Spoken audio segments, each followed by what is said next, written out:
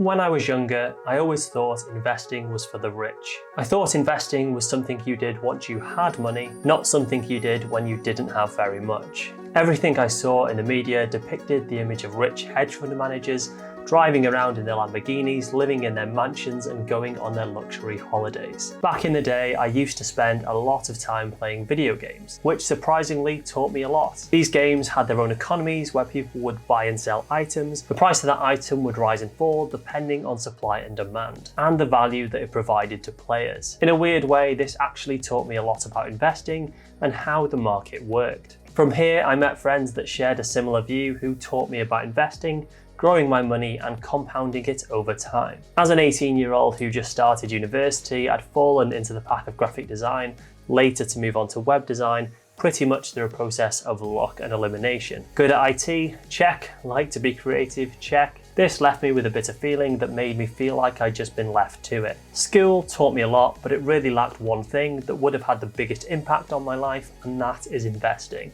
Investing isn't just for the rich, it's actually a tool that can get you to become one of those rich people. Okay, I'm not saying it's superstardom that you'll be driving around on your super yacht, but you could be in a very nice position financially. And that could allow you to enjoy much more of your life. Now, I know the idea of investing can be very daunting, and taking the first step is really the hardest part. But once you've done it, you'll really feel like you've accomplished something and feel like you're on the right path. My portfolio is currently around 138,000 combined. Yes, I'm not some super rich millionaire. I'm on the journey just like you, and I have started from zero. When I started investing, I was on £4 per hour and fighting for an increase to £4.50. So trust me, I know what it feels like. I've had no inheritance, no handouts, no government support through coronavirus running my business. I started making money online when I was 18, and I've done it ever since, which is 15 years later. This video is me putting myself in the perspective of somebody starting again from zero, with little money to invest, and I'll tell you what I would do step by step. And please take a minute to invest in that like button to get this video out to as many people as possible. I'm going to keep this concise and as to the point as possible. If you have any questions, do let me know down below and I'll try to answer as many as I can. And do consider joining the Patreon, our community, where I've got more time to answer questions. We're building a really awesome, tight group of people who are all working towards the same goal. With that being said, let's dive into what you need to do. First thing you need to do is come up with a plan. While it's okay to just start, it's good to at least have some understanding of where you want to be and what your overall aim is, whether it's for retirement to buy a house, or perhaps it's even just for a safety net to have an emergency fund. The reason you really want to start here is because you should be aiming to build the most tax efficient possible strategy. Let's face it, we pay enough tax, so we want to pay as little tax as possible. And you also want a strategy that really maximizes your investment returns. Now, to put this in an easy to understand format, here is what I do. 1, if you work for a company, first explore your pension and your pension contributions and max that up to what your employer will match, because that's essentially free money and it's still an investment. If you don't have this luxury like me and you're self-employed, you can explore a self-invested personal pension that can get you a nice 20% bonus on your contributions, or even up to 40% if you're lucky enough to be a high rate taxpayer. Option 2 would be to go for a lifetime ISA. The government gives you a 25% bonus on everything you've invested here. You can contribute up to £4,000 per year, and this can be claimed at 60, tax-free, or it can be used towards a house if you're a first-time buyer. The third option is an ISA. Everything that you make here will be tax-free, so you can really see the appeal as your portfolio grows. And fourth is your standard investment account, which can make up to £12,300 per year through capital gains tax, and it can make £2,000 in dividends per year without paying tax. The lowest cost out of these is going to be the standard investment account. If you're looking to just start and have a go, this is going to be the quickest way to get you off the ground. If your provider gives you an ISA and no extra cost, it's worth it, and I'll mention one of those a little later. With a standard investment account, you can open as many of them as you like. With an ISA, you can only open one per year, so it does need a little more thought. Next up, you need to ask yourself the question, what can you afford to save? Now, I'm not telling you to live like a peasant like a lot of people might tell you, but think about what you can realistically afford to invest. Still have your emergency fund for that rainy day. Don't put yourself under any unnecessary money struggles,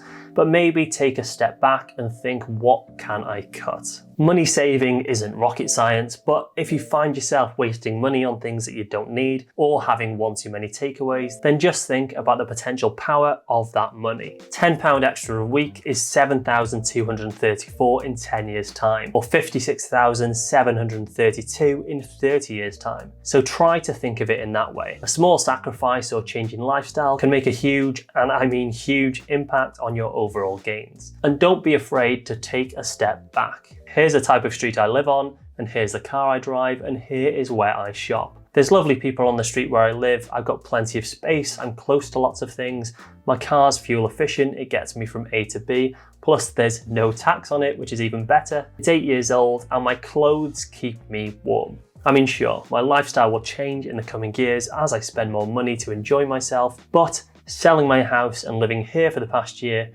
has really made me reflect on what I actually need in life. Culture tells us to overspend and want more than we actually need. But minimalism and essentialism are really interesting ways to look at your life. And I admit it's something I'm still working on. So think about what you can realistically save and put towards investing, but don't cripple your lifestyle. It's important to remember we only live once. The next thing to do is make sure that you're utilizing the most low-cost investment accounts. Typically, ISAs, SIPs, and lifetime ISAs will all come with higher fees. If you're just starting out, a general investment account is going to be the cheapest option with pretty much no limitations, which will also allow you to explore the different platforms. I've just spent 2 weeks comparing all of the cheapest platforms to use, and here is what I would recommend. If you want to have a go at buying individual companies, the cheapest platforms out there for this are Lightyear, followed closely by Stake. Lightyear has over 3,000 companies and is adding ETFs shortly, and Stake has over 6,000 companies.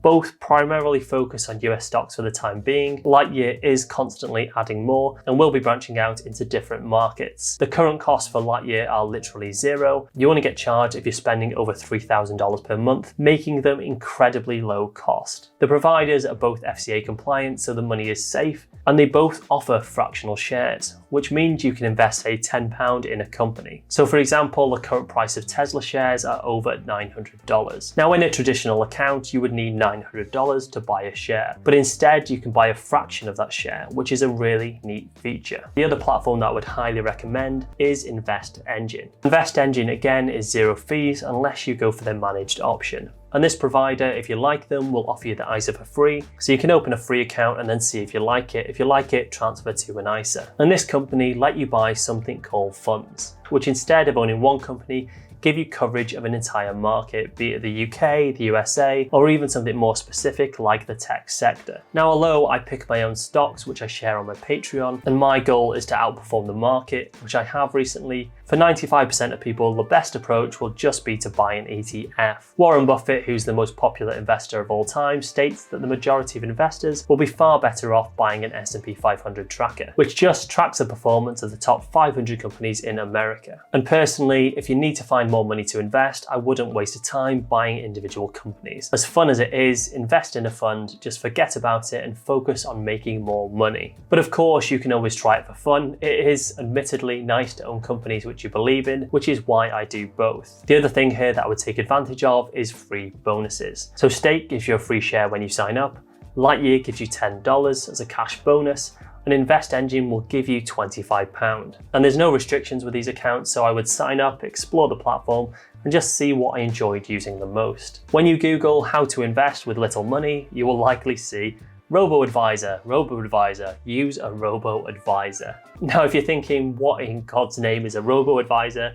Then it's this. It's essentially a service that manages your money for you. While on the surface this seems great, the reality is that the returns that this will generate is likely going to be below the market. Coupled with the fact that there will be fees on top of it, yeah. All you need to do is open a free account, buy one index fund, and that's it.